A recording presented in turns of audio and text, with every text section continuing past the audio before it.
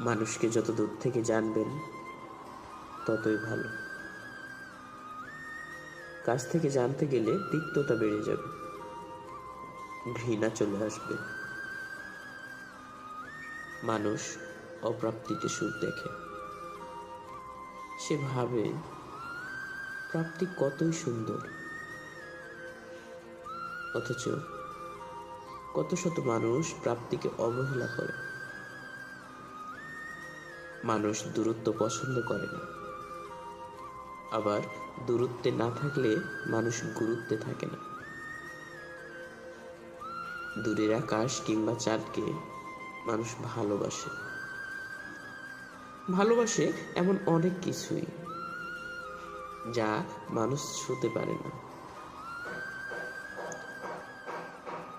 মানুষের এই ভালোবাসা কেবল ছুঁয়ে দেখার ইচ্ছে।